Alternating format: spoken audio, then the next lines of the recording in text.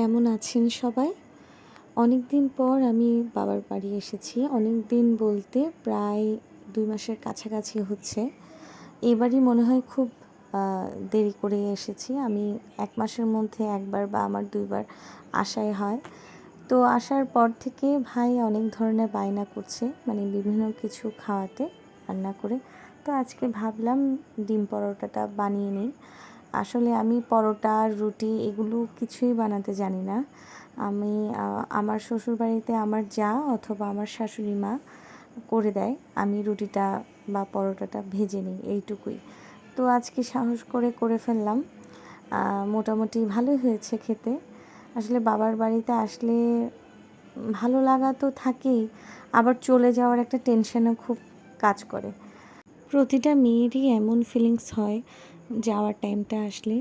তো সবাই ভালো থাকবেন।